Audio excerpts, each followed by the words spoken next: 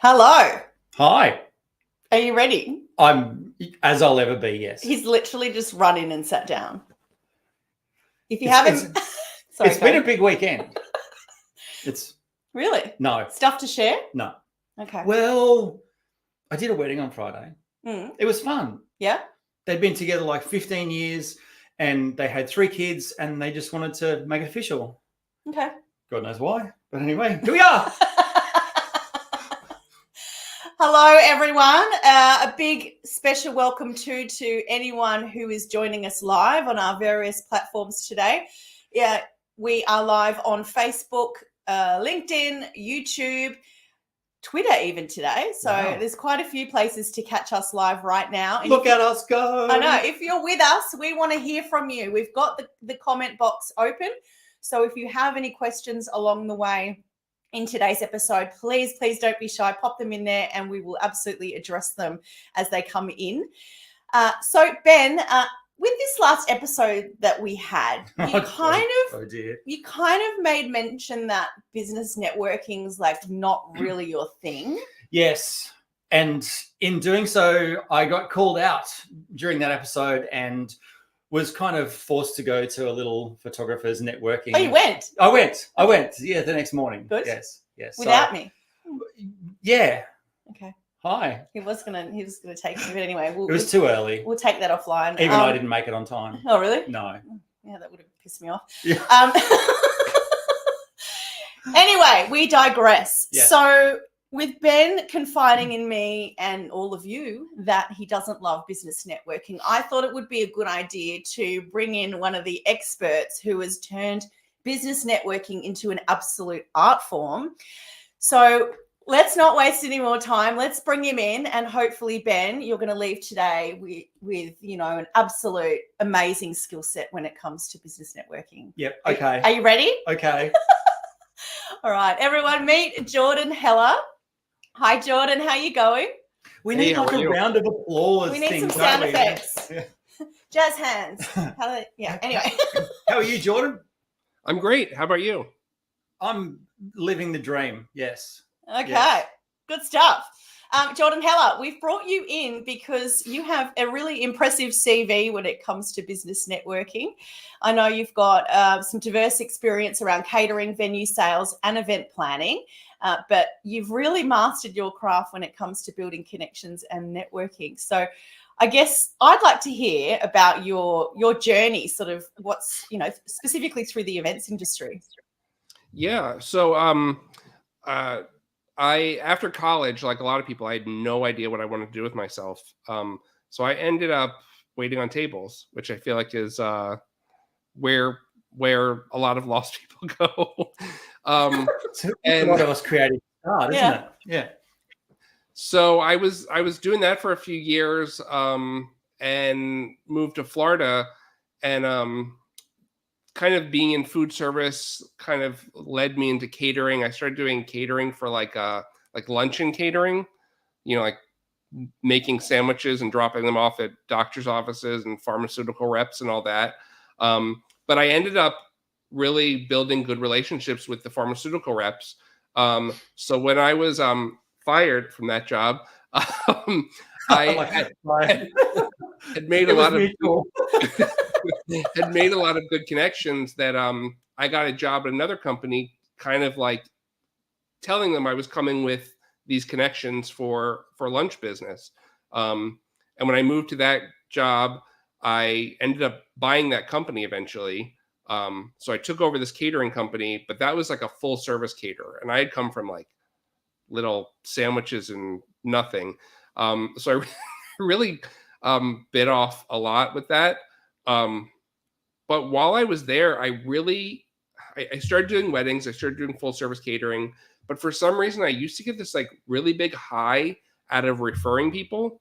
Like I would bring people in for a tasting, and I had this whole table in my tasting room with business cards. And I'd be like, oh, who don't you have? You don't have a DJ? Here's a DJ. And they were like looking at me like I was nuts sometimes, but I don't know, something about the idea of getting business for someone else.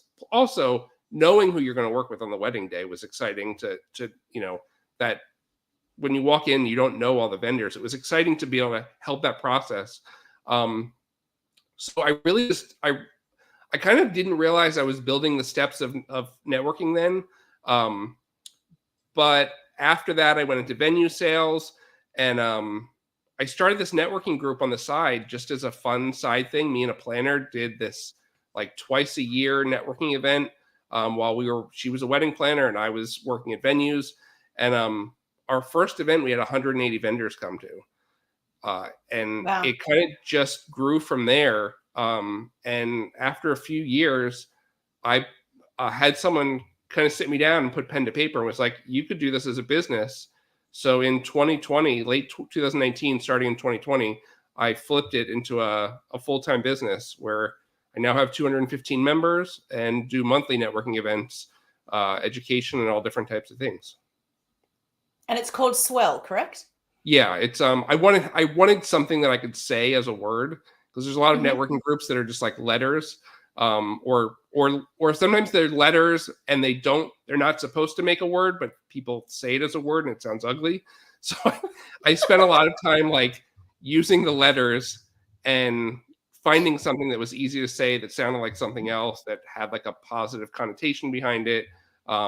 So after mixing up a bunch of, you always have to have wedding and event. So I knew there's going to be a W and E in there. But yeah, so SWEL is Suncoast Wedding and Event Leaders.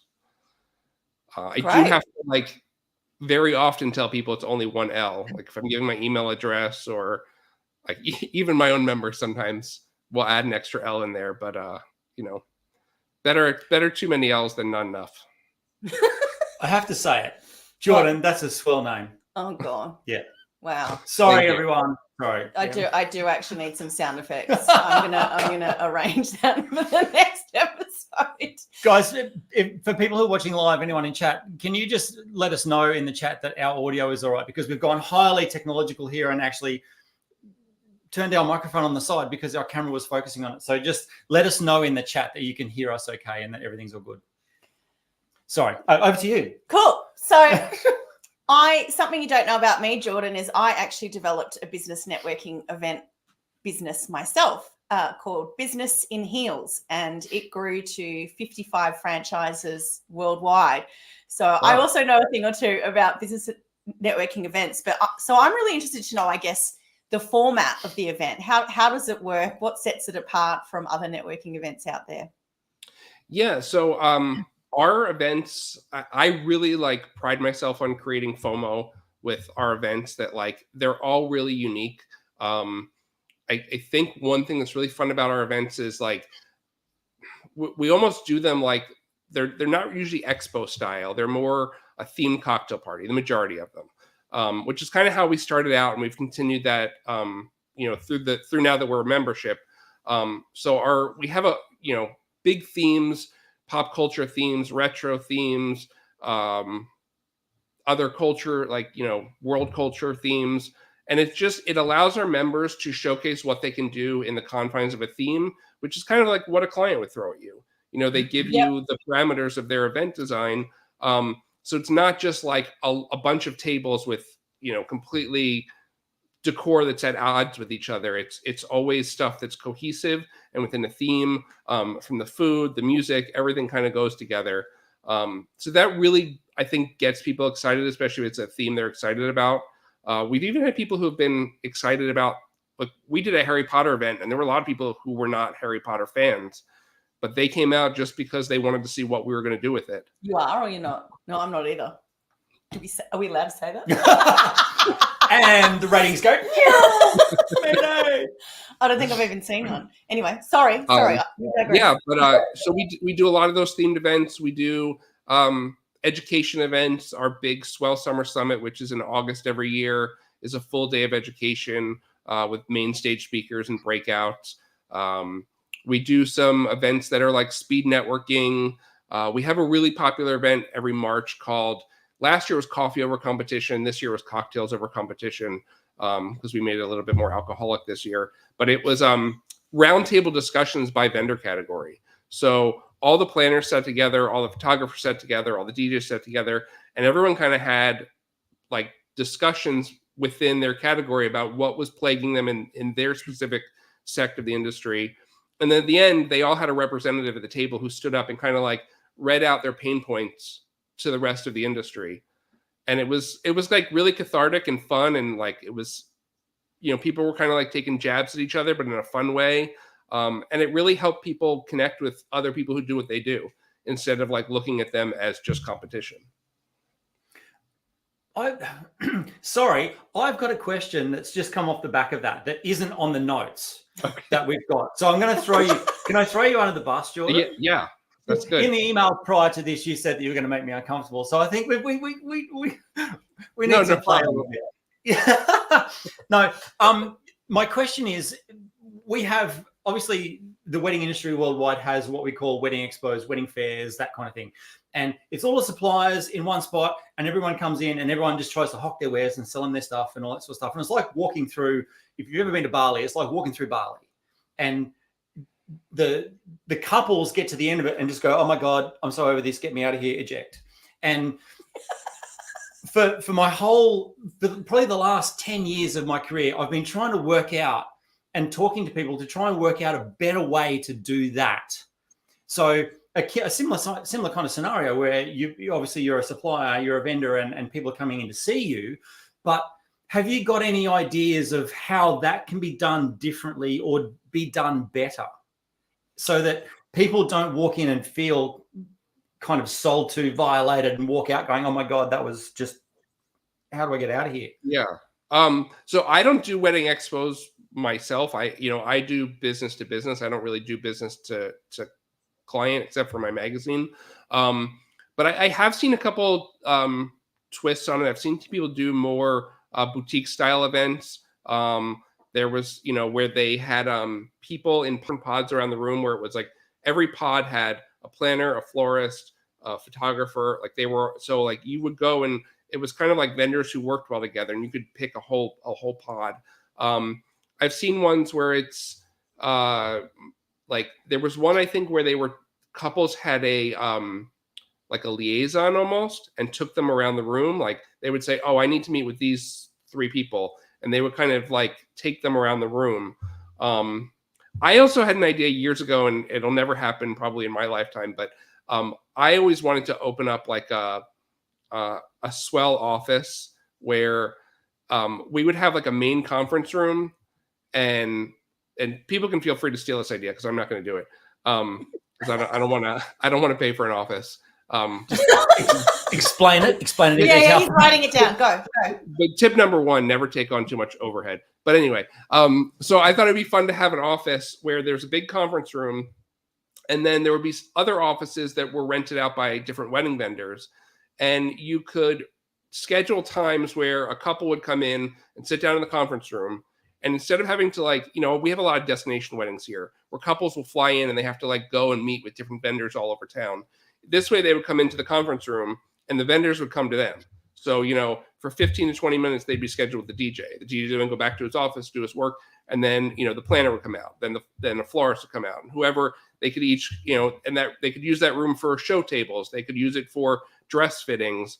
So it'd be like a more luxury experience for the client to be able to sit there and have everyone come to them. And it would also double as a workspace for the, a lot of the wedding vendors who work from home, but want to have some sort of a professional place to meet with customers other than a coffee shop. I could see that being a business model around co-working, that someone creates a specific co-working space and it's only for wedding businesses or something. I think it's a great idea. There you go. Yeah. Everyone at home, start your business. Yeah. When I was researching you, Jordan, I found this fun title that was Jack of all trades, but a master of networking. Can you tell us about how, I guess, you've become particularly skilled at networking?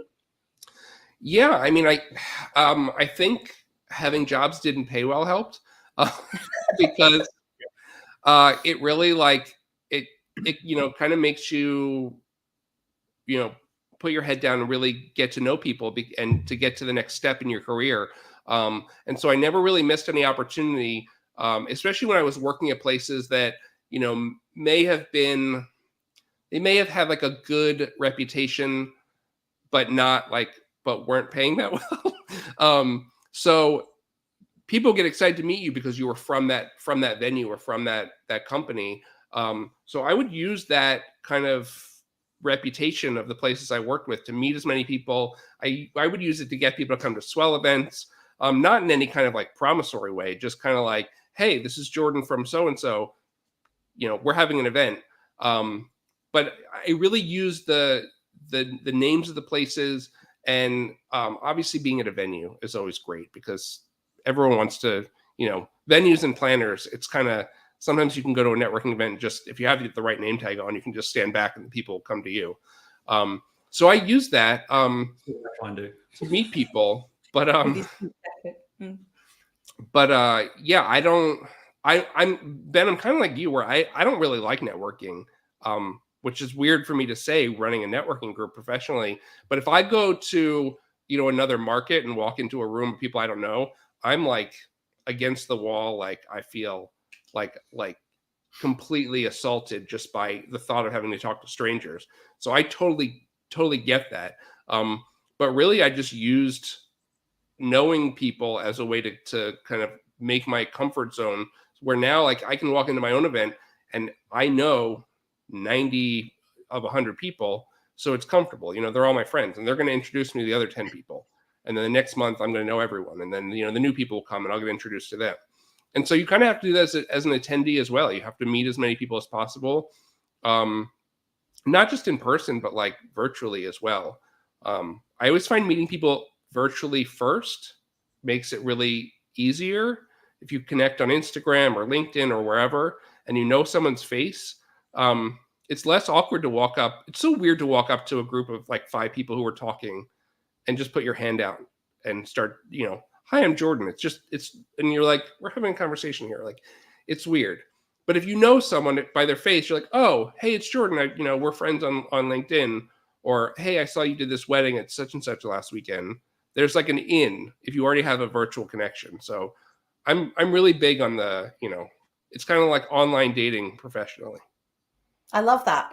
And I think something that you said about over time, the more you go, that obviously the more people that you're going to meet. I think that's actually really, really key. If you, especially if you like buy a membership to your local chamber of commerce and you've paid some annual fee, like that alone should motivate you to go to those 12 events from a financial perspective. But we discussed this with Madeline in our previous episode, in that, if you can make a commitment to go up and talk to 1 or 5 people, even if, yes, it might get you out of your comfort zone, but over time, if you do that and you have this sort of membership in place, then, that's 50 people, isn't it, by the end of the year at a minimum that you've connected with. And it's going to be more and more comfortable going to these events because you're going to walk in and you're going to know 10, 20, 50 people in there, and you'll gravitate to them and they'll introduce you to someone else. And you just got to start, really.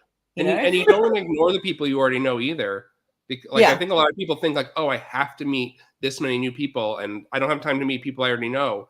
I had someone who once told me like, oh, I keep seeing the same people over and over. And I'm like, that's the point. You want to build a relationship with them. It's not a bad thing. No. Yeah. If you meet people once and then never talk to them again, you're not going to build any relationship, but you want to see them every month and like stay on the top of their mind. So if you have something that they need for their client, they're going to think of you as soon as it comes up because they just saw you 2 weeks ago and they know they're going to see you in another 2 weeks. So you're on their mind, but you have to always keep fostering those relationships. Maybe I need to pay to motivate me. What do you mean? Like to go to something like this. Maybe I need to pay to actually, because Kiri's just said in the chat that there's quite a few groups in Melbourne that would just, pay and play and go along with. And that wasn't her bag. So if you can't beat them, start your own. It's funny, when I built my network business in heels, I actually took the reverse approach. I thought that it was more appropriate to charge a low fee per visit, because I felt like when you wanted to go to networking, you kind of maybe couldn't afford it. And that's a commitment too. Yeah. So our model was pay $40, pay as you go. There was no membership. So I've since sold the business, and I do believe that they do memberships now. But for me, it was a point of difference in that you pay $40. It's amazing value. You're leaving with a goodie bag that's maybe $200-300 worth of value alone. But you go when you want to go. There's no commitment. So I don't know. There's lots of different sort of options out there, but there are ones like that as well, where if you feel like I'm not going to be able to commit to 12 or a year or whatever and make it financially viable, there are definitely ones out there, even on Meetup and things like that you can find where you can just go and you can pay a low fee and go casually as well. Yeah. I'd like to know. Oh, sorry, Jordan, go. No, I was just gonna say we do like a flat fee for the year, and then it includes your tickets. But the fee is so much lower than the retail. If you bought 2 tickets for all 10 events, it would be like almost twice as much as our actual membership fee. So the good thing is, with our membership, the tickets are included, but if you miss a couple of events, you don't feel like you paid for nothing, because you really have to miss a lot to not have it be still valuable. Great. Okay. And we will talk about, for those of you who are in a geographical location where you can attend Jordan's events, we'll pop those links in the show notes as well. Have you got any tips around someone like Ben who's walking into a room, maybe because you've had similar experiences yourself in the past, but what are some tips for him to just get started and kind of conquer it and conquer these first steps, I guess? Yeah. Can I say cocaine? No. Sorry. No, you cannot. Right. Ben, Sorry. between you and Kiri's comments, there's a particular word in there I didn't like either. Sorry, go. Sorry. So yeah, because I'm right there with you, so I totally understand. I think first of all, going with someone who's more outgoing than you is a great tip, and I think you talked about that yesterday. Like, you need someone like you, Jack, who will introduce you to other people, who will like force you to meet other people, because if you go by yourself, it's such a recipe to just like be on your phone and hide in the corner and leave early. Because I've done it and wasted a lot of money doing it. So like, I feel like you have to take someone with you. And I do a presentation called Networker, he wrote, which is like a nod to the 80s TV show Murder, She Wrote, where like I kind of compare planning networking to planning a murder. So with that, it's like, having an accomplice is really good, because you need someone to like help carry the body, dig a hole. You've thought this through, Jordan. I like wow. this. I think the analogy goes I really didn't think off we the were rails. going in this direction, but here we are. Ladies and gentlemen, this has gone a whole other way. The analogy really goes off the rails like mid-presentation, but it makes it a lot of fun. But yeah, so I think you have to, like, I would never go to anything alone. That's why I include 2 tickets with my membership, because I don't think anyone should show up by themselves, unless they're like just that super extrovert who's gonna like run laps around the room.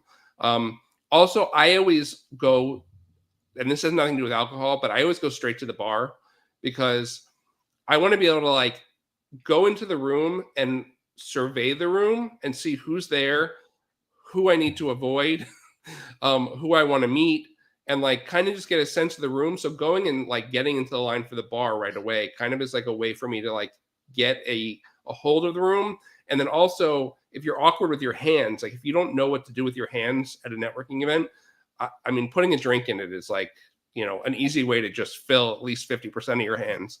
And then I always use like, because I don't want to be on my phone, because I feel like that's really standoffish. So if I'm wearing like a blazer, I'll put the blazer over my other arm. So I have like a drink in one hand and a blazer in the other arm. And then that kind of just like fills my arm, so I don't feel like I don't know what to do with my hands. And it doesn't need to be alcohol. I mean, I like to drink, and I think, Ben, you like gin as well, correct? Yeah, look, gin and tonic, espresso martini, whatever. Yep. Okay. I'm a gin and club soda. I can't do tonic, but it's, even if I'm not drinking, you can just get a club soda and lime, and that way, because you always have those people, oh, why aren't you drinking? Which is one of those like none of your business questions. But if I'm not drinking, club soda with a lime looks like a drink, but gin and club soda is great. Completely off topic at this point. I always like to answer that question with something really surprising and horrendous. But anyway, going on. I think it's good now in the current kind of situation. There's so much zero alcohol stuff out there. I mean, I went to something the other week, a work event for me, and I had to drive, but I wanted to get amongst it. So I had a 0 alcohol shandy, actually. I think it was up in a sneeze. You call that a sneeze? Well, no, there it is. Yeah, but I still sat there and felt like, you know, I had something in my hand and it wasn't awkward, and I felt like I was fitting. But yeah, you know. And then I think also, like, if you look for those people who are doing the same thing as you, who are playing on their phone, who do look uncomfortable, like, those are the best people to go and talk to, because you already know that they're uncomfortable, so you're gonna like be the hero in their eyes if you go and break the ice with them, because they're uncomfortable, so they're gonna be super willing to talk already. And then, you know, if there's someone you can work with in the future, they're always going to remember you as the person who broke the ice for them.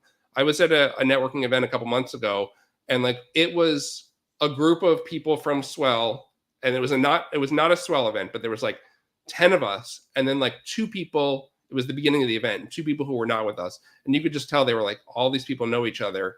And I just ran over and grabbed them, which is like not my personality to talk to strangers. But like, I knew I was like in that herd that looked scary. And so I like brought those people in, and they were like, you know, I see this person all the time now. And like, we have a great friendly relationship because she remembers me as that person who like didn't let her stand awkwardly in the corner for 2 hours. So Jordan, off the back of that, like, can you share a networking success story that you've had where you've made a connection that's led to something significant or some kind of big opportunity in collaboration? I think for my looking at our membership, the biggest wins that I've seen are the people who showcase at events, because it's an opportunity for them to work with people they might not have worked with. I had people who've booked events before the event even started. Like, we have, I don't know if you know what projection mapping is. Like, projection mapping, where they like, have you ever seen what they do in the castle at Disney at night, where they like project onto the castle and they make it look like things are moving? I'll send you a video later. They do it on like wedding cakes a lot, where they project on, like, there's a projector onto the cake, and like Disney will do it where it looks like Tinkerbell is like flying over the cake, or like, I'll send you a video. Okay, thanks. Yeah. But we have a member who does that, and they do a lot of events, and like, they have booked, the venue has booked them for other in-house events while setting up for an event, because what they do is so cool. But then, you know, just people who work together, planners, I try to connect my planners with venues they've never worked at, because to bring them to something they work at all the time, it's not doing much for them. But if I have a planner planning one of my events at a venue they've never worked at, and then they start booking weddings there, it's a big win, because it's opening a door for them.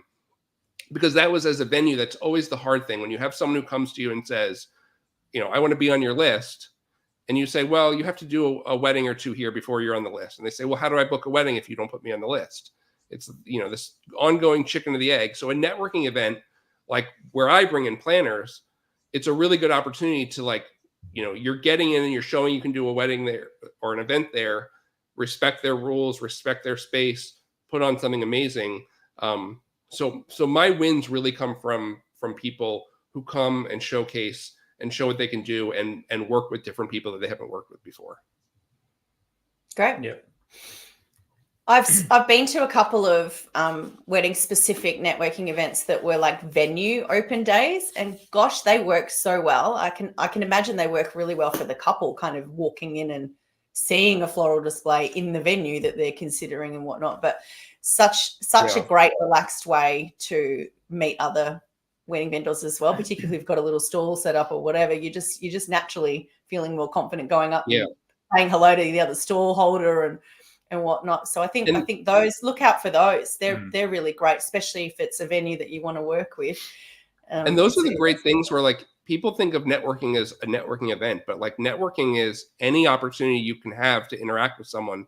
So if you're doing a wedding show, you know, an expo alongside someone else, the people who are there, even every email, every DM, every interaction is part of networking, because it's all part of building the relationship. I think I've had people actually on events behave really badly, and I'm like, this, even though you're working, this is networking. Like, on a wedding day, it's networking. You know, how you work with someone affects your relationship with them and whether they want to work with you again. So every single opportunity you have is always like an opportunity to build a relationship. Anytime you're in the same room or somehow connected to another vendor, it's a networking opportunity, negative or positive. What about when it comes to relationship building? Have you got any tips around afterwards, after you've met this person, whether that's in person or at a wedding? What are your tips around cultivating that relationship? I think the thing is it's a slow game. People want to like become best friends overnight, and especially they want to become friends with people they don't really even like. They're just trying to like have the relationship for business purposes, and you really have to like make real relationships, which just like, I mean, they are real relationships, and just like a relationship, you know, romantic friend, it's something that develops over time. You can't expect to meet someone on a Tuesday at an event and be put on their list or get booked with them or do something, you know, 2 days later. So, you know, we're going to be in this industry hopefully for a long time. So you have to build these relationships slowly, which is seeing people multiple times. It's, you know, connecting with them on social media and then thoughtfully engaging with them. You have to like really be careful when you're engaging on social media. And, you know, I know, Ben, you have a radar for fakeness. And I think like you have to be careful when you're interacting. I have one person I know who I think they schedule their social media time, and they'll go through and they'll comment on everything I posted for a week with very generic, like, way to go, good job. And it's obvious they're not paying attention to what I actually posted. It's like, oh, I scheduled from 4 to 5 o'clock and I have this list of 10 people and I'm going to go through. And I mean, productivity wise, props to them for scheduling that. But like authenticity wise, like it's not authentic at all to do that. You have to like look at what people are posting and post something that's, you know, I think the same way Instagram, you know, registers your comment if it's more than 4 words, like to make it count for your engagement. Like you have to do the same. You have to put something that's a little bit more thoughtful. You know, if it's someone's birthday, just don't write HBD. Like you have to do a little more to develop that relationship and show someone you care. So I think it's all about being authentic and just giving the time the relationship needs, because it's a real relationship. Yeah. So going the effort to personalize that message, you know, Jordan, it was great seeing the other night. I love the tie, you know, whatever Yeah. it is. But like saying something, you go, oh, this person's like actually gone to a bit of effort. We're doing a callback to something you talked about. Like if you talked about a TV show, or I mean, a really good thing to this is terrible. A really good common ground is a common enemy. I feel this guy. He's feeling you. I don't ever want to encourage gossiping, but if it's not, I feel like there's something people really can connect about if you have both had a bad experience with the same person, or it's terrible that negativity like is sometimes more engaging, and I'm not talking about someone personal, like what's going on, that they're getting a divorce, that something awful. I'm talking about like, you know, this person took my tip and pocketed it. You know, the bride gave this planner $200 for me and it never got to me. Like, I don't know, there's bad behavior in our industry. And I think finding people who are a common enemy can sometimes really bring you together. Uniting. Yep. I love that. I love that. So where do you think networking's heading? You think there's going to be any big changes on the horizon, or we just, this is it? LinkedIn.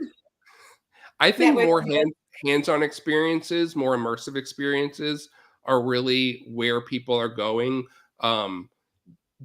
Not getting away from fluff. You know, with our education, I always want to bring in people who do like really engaging, how-to, instructional. We don't do too much of the inspirational, and I don't want to put down anyone who does. To me, it's just not what's going to move your business forward. And so I think the more hands-on we get, the more niche we get, you know, and with SWEL, we speak to a big audience because we have people from every category. But I try to find opportunities, even when it's not with us. There's a company, Venue Help Desk, and they're doing a venue-specific education day. So I pushed it out to all my venue members because it's a niche that will really be hands-on for them because they have different needs than a planner has, than a photographer has. So I really think that those niche experiences and will really be the future of what people need for this industry. Cool. You got your special question that you want to ask? Special question. So, Jordan, I did have another question for you. Do it. Which was, you kind of touched on it earlier, and it was like, what advice would you give someone like me at a networking event who's potentially not a big fan of humanity at the best of times, but has to go to one of those things? But you kind of answered that before. So I think I'm just going to jump onto my Ben's guest question. So is that cool? Yeah, definitely. We need some music for it. Or do I just sound like, or am I just an idiot? This is the third time you've hinted at this. Yeah, I'm just an idiot. Okay. So, Jordan, if you walked outside today and ran into an 18-year-old version of yourself outside, what advice would you give that 18-year-old version of yourself knowing what you know now?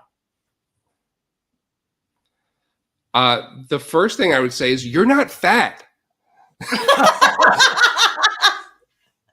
It's only going to get worse from here. So that would be the first thing. I know, if I could only be as fat as I was then. I hear you. Yeah, I would say that. Then I would say stop using hairspray.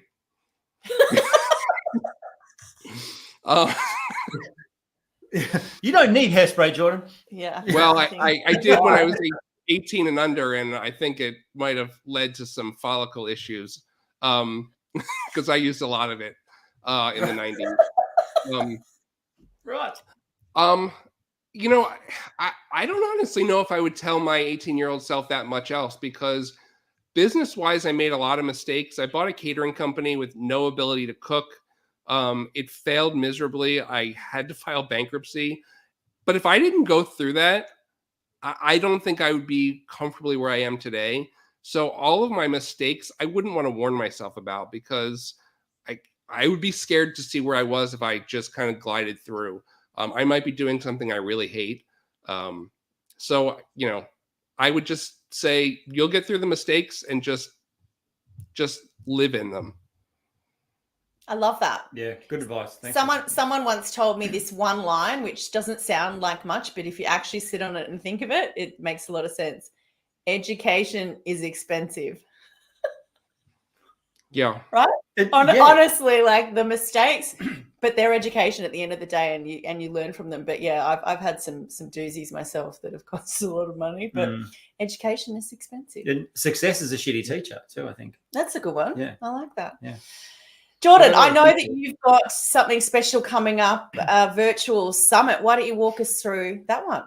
Yeah, May 29th, we're doing a website summit. It's the first virtual event I've done since 2021. I kind of feel like I, stayed away from it because it just gave me too many COVID flashbacks.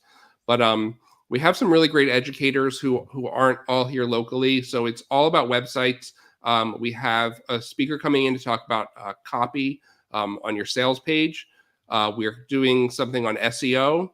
And then we have someone talking about design, and it's about hiring a designer versus doing it yourself. And then we have a really great MC who is a lawyer who will be kind of guiding everyone through the event, but then also giving like legal tips in between about things you need to have on your website to keep you, legally all good with your site. So it's May 29th. It's going to be on Eastern Standard Time. It'll be 1 p.m. to 4:30 p.m. Probably the middle of the night for you guys. But we record everything, and so anyone who buys a ticket will get the recordings as well. The Wedding Academy, my business is mostly an American and European market. So, but yeah, for any Aussies that are listening like me, I think it's 3 o'clock in the morning, isn't it, Jordan? Something like that. So stay up with that gin or watch the recording. But it sounds like it would be absolutely worth doing. Yeah. So where can people find more? Is that just on your website? Yeah, so if on suncoastweddingevents.com, there's a vendor tab. I'm not great about updating the events there. So really our Instagram is the best place. The Instagram stories, I'm always like adding in what our next event is on the stories. That's usually the best spot. So our live events and virtual events, anything we're doing is always on Instagram stories. And then if there's like not a story that day, our Facebook is a great place too, because the event pages are always there on Facebook. Okay, great. Good old Facebook. Yes. So the website is suncoastweddingsandevents.com, and your Instagram username is SWEL with one L, SWEL events. Yes, Jordan, correct. thanks so much for joining us. There's been loads of comments, which I haven't even got to, but Kiri has said, this has inspired me to up my game and get my events happening again. I'm feeling this guy. This is my jam, and I've never laughed so much listening to a podcast. Kiri's keyboard's on fire this morning. I think you might have her registering for a ticket to your virtual summit. So Awesome. Paul Romero says you're the GOAT, Jordan. What does that mean? Oh. Greatest of all time. Oh, wow. Jordan is the GOAT, yeah. Paul is a former employer of mine. Oh, right. Right. Okay. Cool. So we might leave it there, but pleasure spending this time with you, and I'm sure we'll have you back to talk about more things networking. So pleasure to meet you, Jordan. Thank you, Jordan. Awesome. You as well. All right. We'll see you soon. Bye. God, that was a good one. That was fun. Yes. I got a lot out of that. He didn't make me uncomfortable. No, but I mean, I don't know. I know a lot about networking, and he had some really interesting ideas that I thought were really good. Some stuff I need to think about maybe. Yeah. So yeah. I've got some news, everyone. Yes. I was a bit busy over the weekend and built a little website for the podcast. Finally, weddingempires.com. Go there. You can see all of our episodes and all of our links to where you can find the podcast on all of the platforms. So Apple Podcasts, Spotify, the usual suspects, iHeartRadio, Amazon, all of that. Everywhere where you get your podcast. Everywhere where you get your podcast. And also you'll see there's a $9 subscription option as well. And I'm really, really excited about that. It's for our pro community. Some of you are already there. The benefits of joining this community are incredible. You are going to be here for these events, but you're going to receive an invite reminding you of these events before they go live. So you can just click from your phone or your email and be here and watch. But also there's all these additional other events and trainings on top of what we do at the podcast. So we're constantly getting in professionals to help you with various topics for your wedding business.